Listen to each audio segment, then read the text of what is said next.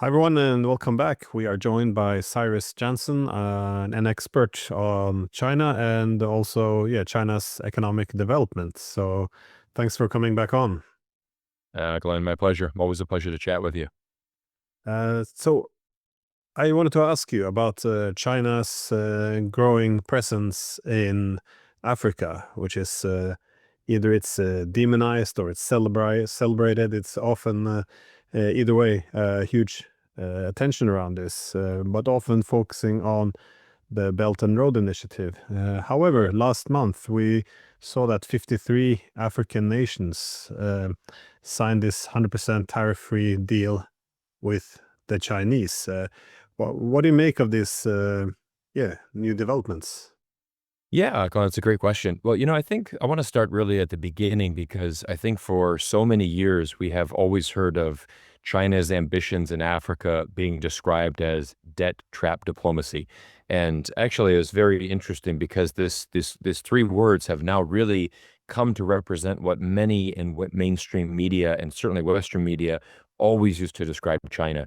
But the fascinating thing is that the Belt and Road Initiative is now 12 years old. And there has never been a single project that has ever been seized by the Chinese government. They've never actually had a country default on their loans and then take that over. So there's this big theory, this basically a fear, given by the media that look, China has ulterior motives. What they're trying to do is they're basically going to lend out all of these loans to these poor African countries. At some point, they're not going to be able to repay the loans. And then that's when China's going to make their big move. They're going to come in, they're going to take all of this land, all of these government buildings. They're going to basically conquer Africa and colonize it. That's the theory. But again, we haven't seen a single piece of evidence to suggest that. And actually, we've seen the opposite. We've actually seen China actually forgive loans. And so we've seen them actually look at countries and say, you know what, we've given you this loan. You can't pay that back. We're just going to write it off, and we're going to write it off as debt because on the Belt and Road, China has actually signed over 1,100 projects. And when you think about that scale, 1,100 projects throughout the world, think of it like an investment account, right? Not every project's going to be successful, right? Some of them will fail, some of them will succeed, some of them will be average. But with 1,100 projects, you've got quite a lot of opportunity for some success. There has been a lot of projects that have done very well. And I think with the ones that haven't, they're able to write that off and still move forward because over the portfolio, you still have a net increase, much like having a balanced stock portfolio. Okay, great. A couple of stocks went down by a lot of money, but we've had a lot of winners. And so the net return on the portfolio is actually positive. So yeah, this is the first point I really want to address is that haven't really seen any evidence suggesting that China is engaging in debt trap diplomacy. But very often it's like we see in Western media, we portray China in a certain way. And, this is used as a fear tactic to really make sure that people in the Western countries really fear China. I think ultimately it's because, for example, the United States, they don't have the resources to be investing and building an initiative like China. And so I think that's why they have to come up with these campaigns to try to smear China. And unfortunately, it's sad because, what Africa desperately needs more than anything is the roads, the airports, the ports, the infrastructure. That's how you get out of poverty, right? It's not by donating food, and that's a common saying, right? Feed a man a fish, you feed him for a day. Teach the man to fish, you feed him for a lifetime. So that's how China is really helping out these countries by actually building the infrastructure where they can, in fact, build up a business, get out of debt, and actually have a potentially better future. And what are the main areas though that China's focusing on? Because often it's seen as simply being, well, maybe it's a bit of projection, but often it's the assumption is that they only want their natural resources, but the economic cooperation goes well beyond resources, even though of course Africa is very resource rich. Yeah, I mean, I think what's very important to understand with Chinese people and certainly Chinese businessmen is that they're very pragmatic. It's very much like, look, we're be honest. Obviously, China is very interested in the resources from Africa. So is the Western nations, right? Every country is interested in the resources from Africa, but it's the difference is what are you going to provide in exchange for that? So, for example, if you're building schools, hospitals, roads, airports, railways, and tangible benefits to the people of Africa that are going to improve their quality of life, well, that's a very nice exchange, right? We're going to give you something for that. And I think what we have to really look back on, Glenn, is the history of colonization. We look at countries like France and the UK, the United States, that have a very long history of being in Africa, but unfortunately, it has always been a policy of extraction. What can we get from you? And let's be honest, we don't really want to give anything. We want to give you as little for it, and we don't really care about your development. And I think there's a very interesting survey that was published earlier this year, and it was conducted over the span of, I think there was about 1,100 surveys throughout Africa, and it was by a Western think tank, and they said, this is quite amazing because the evidence actually shows that China is genuinely popular amongst many countries in Africa. And so, especially with the youth, actually, they actually broke it down by age demographics. And there was, especially, under the age of 25, very positive, almost over 75, 80% positive response, and how they're looking at China. And again, I mean, if you are under the age of 25, you would have been growing up in a brand new school or a new road. And it's like, hey, guess what? This was built by China. This is who came into the country and built this. And that's why you get to go to school today, because you have a new road there and you have a school there because China built it. And so it's a very interesting, way to build your power and your reputation. And I am all for it. I think it's great. I think it's great for China to do that. And the other thing, Glenn, that's important to understand is that when China builds these projects, they send a tremendous amount of Chinese people that actually live there. So I think when the United States will come to do a project, it's not like people want to move their families there or, establish themselves in African countries. Most Americans are like, no, let's do the deal and get out of there. Let's go back home. Whereas many Chinese actually relocate to Africa. They become part of the community. Their kids become born in Africa. I was in South Africa before, and I was, down in the Chinatown, down in Joburg, and all of the little Chinese kids there are speaking Zulu with the local kids, and I'm like, wow, that's amazing. But of course they would speak that. They're born and raised there, right? They're as local as it gets. But they're speaking Chinese, they're learning English, they're speaking Zulu, and that's the difference in China's approach. Yeah, I guess it's these stats are important because whenever you get these media reports, there's always this idea that, well, China wants to take advantage of Africa. We're going to come and help them. But Right. obviously, this is really denying some agency there. But how do you see China's role in Africa, though, evolving? Because what it was 20 years ago is not the same as it was today. And then leading up to where they're today, where they're actually able to sign this agreement with, again, 53 African nations. Yeah, but I think what we really have to take a step back here, Glenn, is look at just how impressive that is, right? It's 53 of the 54. The one nation that didn't is a very small nation that has diplomatic relations with Taiwan. So they formally recognize Taiwan as the government of China, so they're not in on the deal.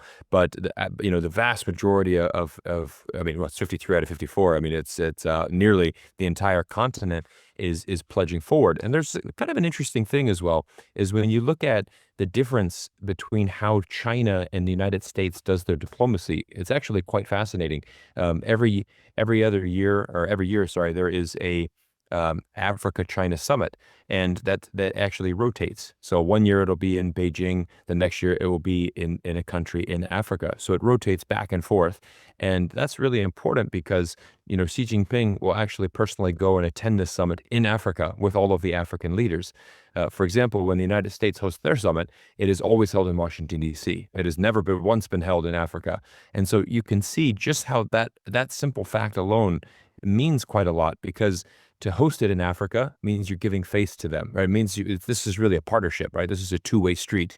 And, when you actually look at the U.S. Africa Summit, so much of that content is actually, we think you should be working with the United States. we should not be working with China. And so it's almost like it's a session, it's a 2 to 3 day session of trying to convince African leaders that the United States is better. Whereas China, they're not going to lecture, they're not going to care if you're doing business with the United States. Hey, you do business with whoever you want, but we're having a China-Africa summit, so we're going to talk about how you do business with us.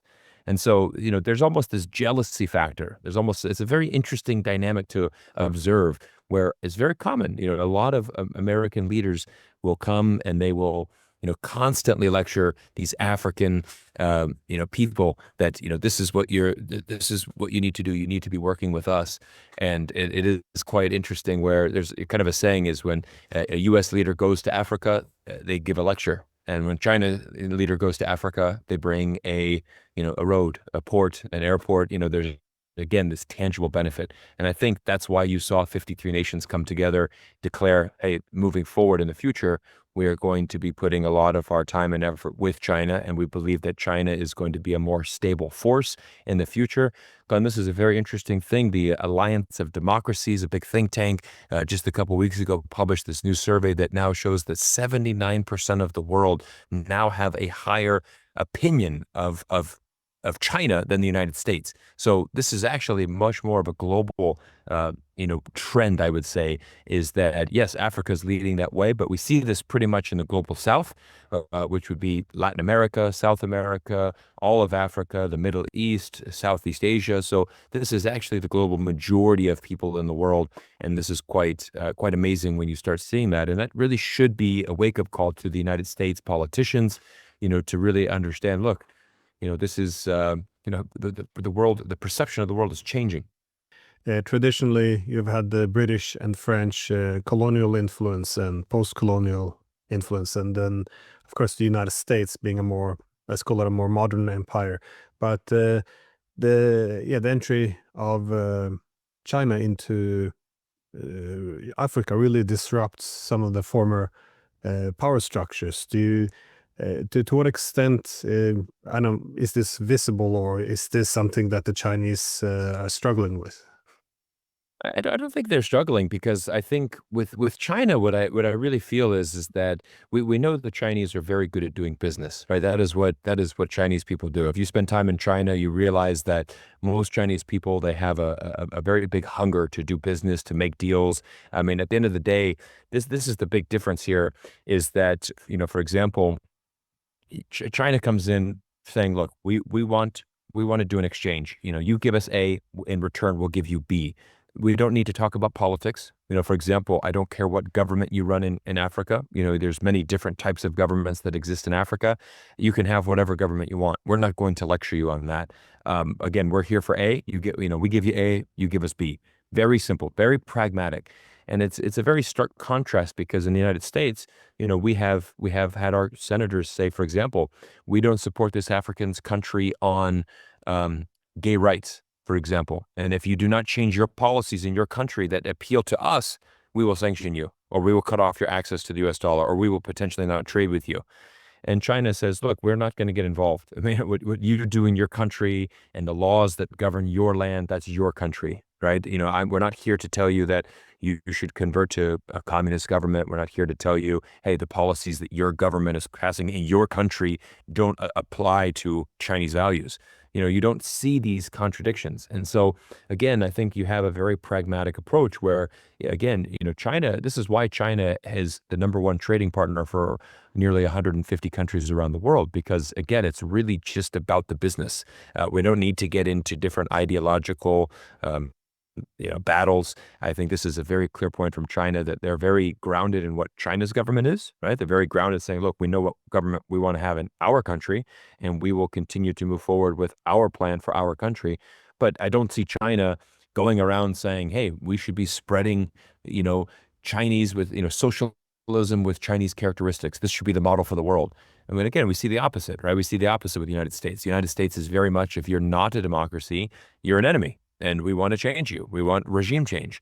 We saw even this week, there was a published, probably the most ridiculous report I've ever seen published from a U.S. think tank saying, preparing for China after the CCP, what's going to happen when Chinese government fails. And it's this 80-page report published by the Hudson Institute out of Washington, D.C., and it's talking about all of these, the China's government's going to fail, democracy is going to come in, here's how American businesses can benefit, this is what America is going to do. And I said, this is a fantasy, right? This is just, I'm sure US politicians might like that to happen, but again, I'm recording this on the ground in Guangzhou, China. Come to China, come to talk to the people, come to see how this country is moving forward. You will see no evidence of this, that this is going to happen. And again, how is the United States interfering in somebody else's country? This is a sovereign country. They get to decide, right? Only the people that decide what government exists here will be China's government and Chinese people. They should have no outside influence at all. And so again, I think, especially for me, Glenn, as a United States citizen, I'm very concerned by this because I see the democracy that is failing in my home country. I see the political problems. I see the instability. And I mean, in my mind, let's focus on our house. I mean, gosh, I don't think there's many countries around the world right now looking at the U.S. president, U.S. democracy, and thinking, that looks great. I think we should study that, political model. But if you do see, for example, China's economic model, that is a blueprint for Africa and for these smaller developing countries, because, this is quite amazing. 50 years ago, the country of Chad in Africa was actually more wealthy than China 50 years ago. So you look at this case study of how China has been able to rise above and become, go from one of the top 10 poorest countries in the world 50 years ago to now, obviously the second biggest economy, number one economy in terms of purchase power parity.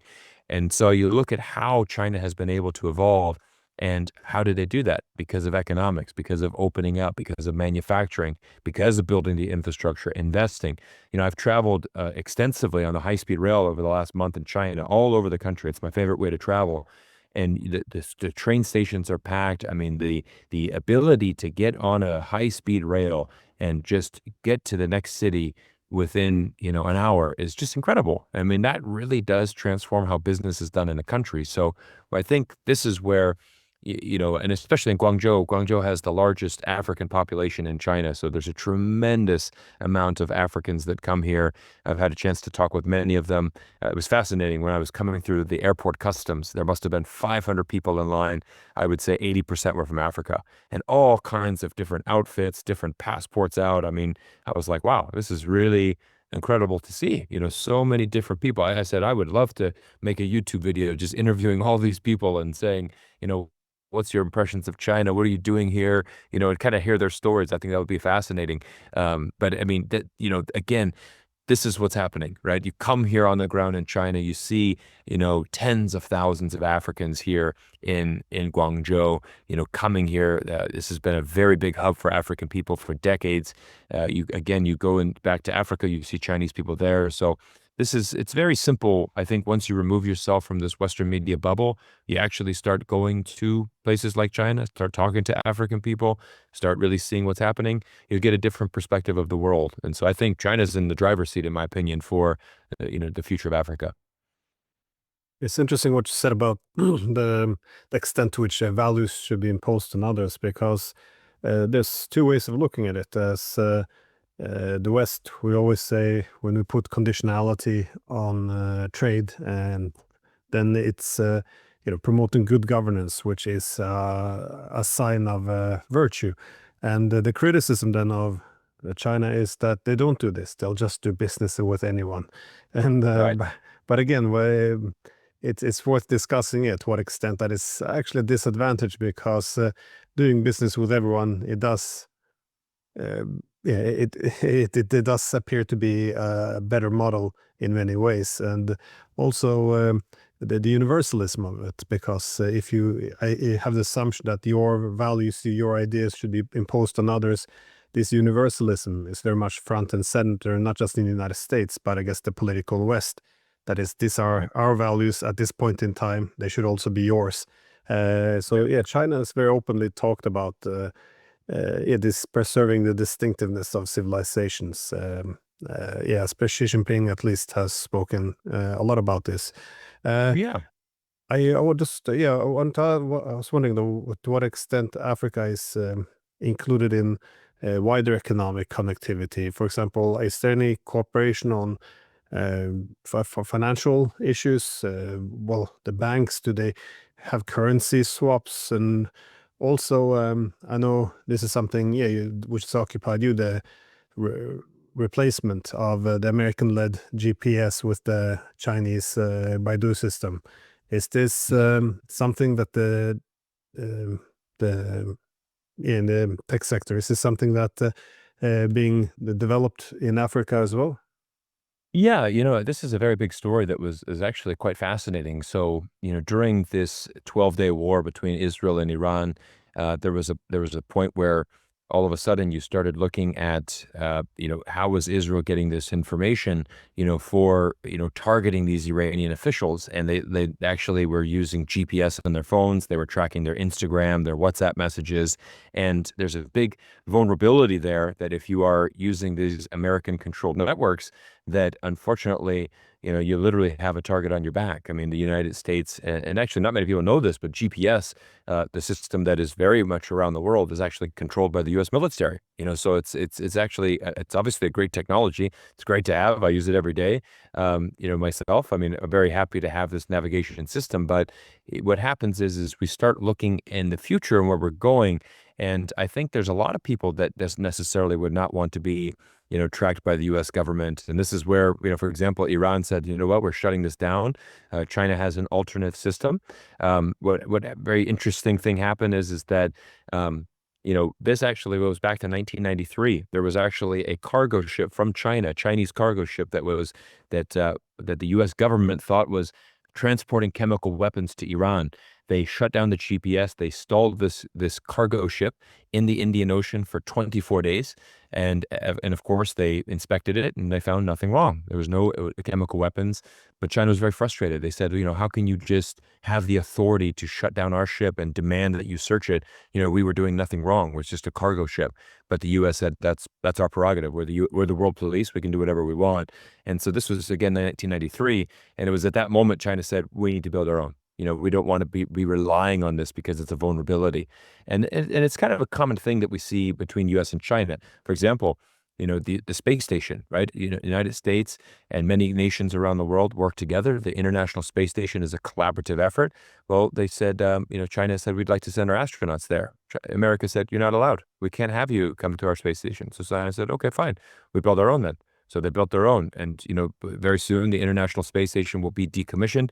China will have the only space station there because, again, there's opportunities to collaborate. But if the U.S. is going to restrict the Chinese, then they will do that themselves. We've seen that with microchips.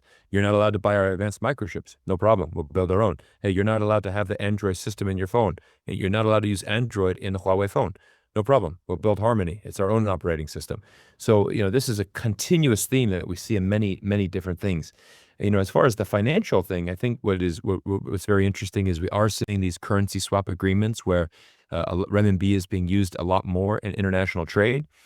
For example, if we are South Africa, and we have the rand, and then you've got the Chinese renminbi. We're doing trade. Why not conduct trade in our local currencies? Why not bypass the U.S. dollar if we don't have to use that? I think that's becoming a more common thing around the world. We had the Secretary of State Marco Rubio come out and say, this is terrible. Like Brazil, they're doing more trade with China. Like our tariffs and our sanctions will be completely useless in just a few years because they're going to be bypassing the U.S. dollar. And so again, this is a result of when your government is constantly putting these tariffs and sanctions, and you look at how many tariffs and sanctions, people are getting tired of this. People just do not want to deal with this. And so I think the Beidou satellite system, which is China's GPS equivalent, is now operating in almost 70% of the world now has turned on that system and has this alternative. And, here in the streets of China, I use Baidu, for example, Baidu Maps. The technology is fantastic. I mean, it's much more advanced than like a Google Maps. I mean, accuracy down to the really down to like your centimeter. I mean, it's amazing how accurate, these, things are, and how amazing the maps are. And even when you're using the navigation system and they have all the 3D buildings in there, I mean, it's really, really detailed in how they've done that. So, again, I think it's, what kind of world do we want to live in? And I think it's a world where there's a lot more cooperation. And I think China right now is winning in a lot of ways. They think they just had, we had the BRICS summit in Brazil a couple of weeks ago. New, countries like Vietnam have joined. Indonesia is now a full member. I mean, there's a lot of different movement going around, and again, a tremendous amount of interest from Africa. And I think the big thing, and kind of the moral of today's video and our interview today is you can just see is there's a hungry desire. Glenn, I mean, you and I are both YouTubers. Every time I put out a video giving an update of this, I'm amazed at how many comments I get from African people. Hello, Cyrus, I'm from Mozambique. I'm a big fan of BRICS. I love what China's doing. We want our country to be there. Hello, I'm from Nigeria. Hello, I'm, from South Africa, from, Algeria, from all over. People are genuinely really wanting to see this, and it's quite incredible to, to once again, you remove yourself from the media bubble and, actually start talking to African people. They get a very different perception of what's happening in our world right now. Well, in geoeconomics, you pretty much learn that if you have excessive economic dependence on a more powerful state, this is usually converted into political influence. And this is why you often do see this, though, that if you're too dependent on the technology on a foreign nation, they will use this against you, as you said with the Chinese ship. If you're too much dependence on a currency, then they will also have this extraterritorial jurisdiction.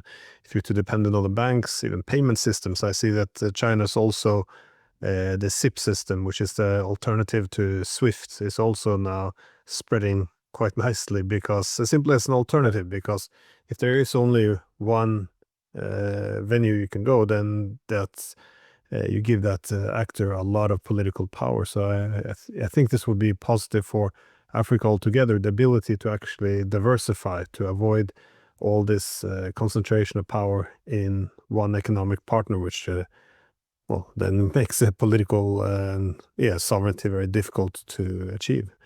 Absolutely. Just as a final question, though, is there what is you mentioned that people like Marco Rubio has expressed concern that our future sanctions won't work if countries have alternatives, but as China's making all these inroads into Africa, I mean, the United States have a big budget for informing people how bad China is in the media, which is, we used to call that political propaganda, but fair enough. But how else is America attempting to counter this? Because China seems to be, it's not stagnant. It's the cooperation team seems to be expanding. So more nations encompassing more and more economic activities. How is the United States going to respond to this? Are they doing a complementary development program? Are they seeking to sabotage the Chinese? What can be done?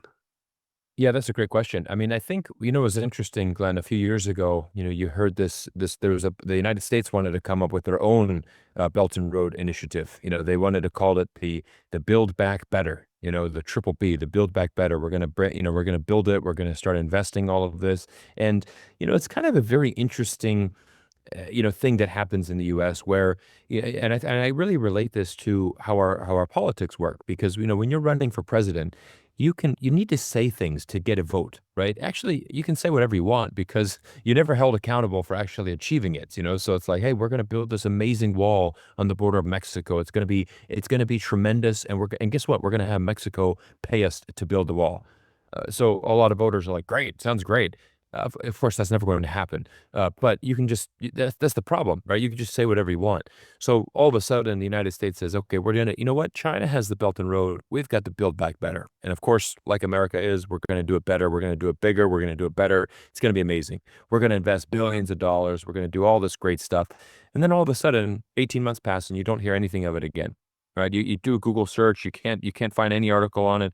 You ask, people asking the media, Anything up on this, anything updates on the Build Back Better? It's going to be great. It's going to be fantastic. So again, you almost have this announcement to try to, gain some credibility. But at the end of the day, again, if you're not on the ground and you're not actually building the tangible things, how are you going to influence the people? And this is where that study comes in, is very important when you say, look, we've conducted all of these surveys throughout all of Africa, right? This is not one survey. This is hundreds and hundreds of surveys throughout all the countries in Africa, and really talking to different people of backgrounds and villages and everywhere you go.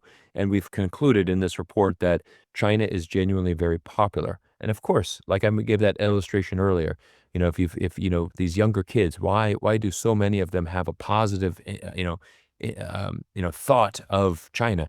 Well, again, when I was born, I had this road that was built, and I get to go to school. And guess what? The road, the airport, the school, the port, everything's been built by China. You're going to have that nice, positive affiliation, with China. So I think, as far as the US, I think unfortunately the only thing they're going to do is continue to lecture, and say, look, we're the global superpower. You should work with us. But, Glenn, you and I both know that the world has changed. It is not the unipolar world that once existed where, yes, there was a time in history where the US was the only superpower. They were relatively unchanged and they had a tremendous amount of leverage. But those days are beyond us. And it is a world right now where it is multipolar. And I think the world has two options. You can either work with the United States or work with China. But I think most countries are trying to work with both. Again, I mean, I'm a U.S. citizen. I would love countries, my companies and my country to do business in Africa. But I know that China will be there as well. And I think that's I really want to point the difference in the U.S. approach. The U.S. is, it's amazing. You actually listen to the African leaders after they come to Washington, D.C., and they attend this U.S. Africa summit. And many of them are very vocal. I come here and I get lectured. I come here, and not only that, it's also how I'm spoken to. Joe Biden in the last summit, he said, well, this is what we're going to do for the continent of Africa. African people need this. And the African leaders are like, hey, we're 54 nations. We have 54 individual needs. You can't just lump us all together. Yes, we're all African, but the continent is very unique and diverse. Just look at the landscapes and how, not every country is the same. So we're all going to need different things. And that's where China would actually have a very different approach. They would say, let's have 54 individual meetings. Why? Because we need to meet with everybody individually and figure out what everybody needs. So just that difference alone is going to be the difference between success and failure over the long term. And again, honestly, it's just business 101. That's just about cultivating relationships and, honestly, just taking time to listen to the counterpart. And I think that's unfortunately not the United States' strength, because the United States, our way is the best way. We are the best. We have this American exceptionalism that unfortunately is bred into us from a very young age. But as you can tell, I mean, I've spent a lot of time abroad. It's not like I don't like the United States. It's my home country. I'll always love the United States, and I'll always be proud to be U.S. But I'm proud to also be a well-traveled American citizen that understands how this world works and understands that we need to build relationships, and that's the key to having better economic success in the future. Yeah, I hope more people pay attention to Africa, because the population growth, also the economic growth. People often ignore that many of the fastest growing economies now are Africans as well. They are doing quite well. There's a lot of opportunities. So it's a bit the fact that China will have a key role in this. It's quite an important historical development. So It really is. anyways, Cyrus, thank you so much, my friend, for taking the time. I My hope pleasure. to be able to convince you to come back on again some other time. Anytime, Glenn. Always time for you, my friend. Thank you for everything you do, and congrats on the success of your channel. Always love to see it continue to grow and reach more people. Thank you. All right, take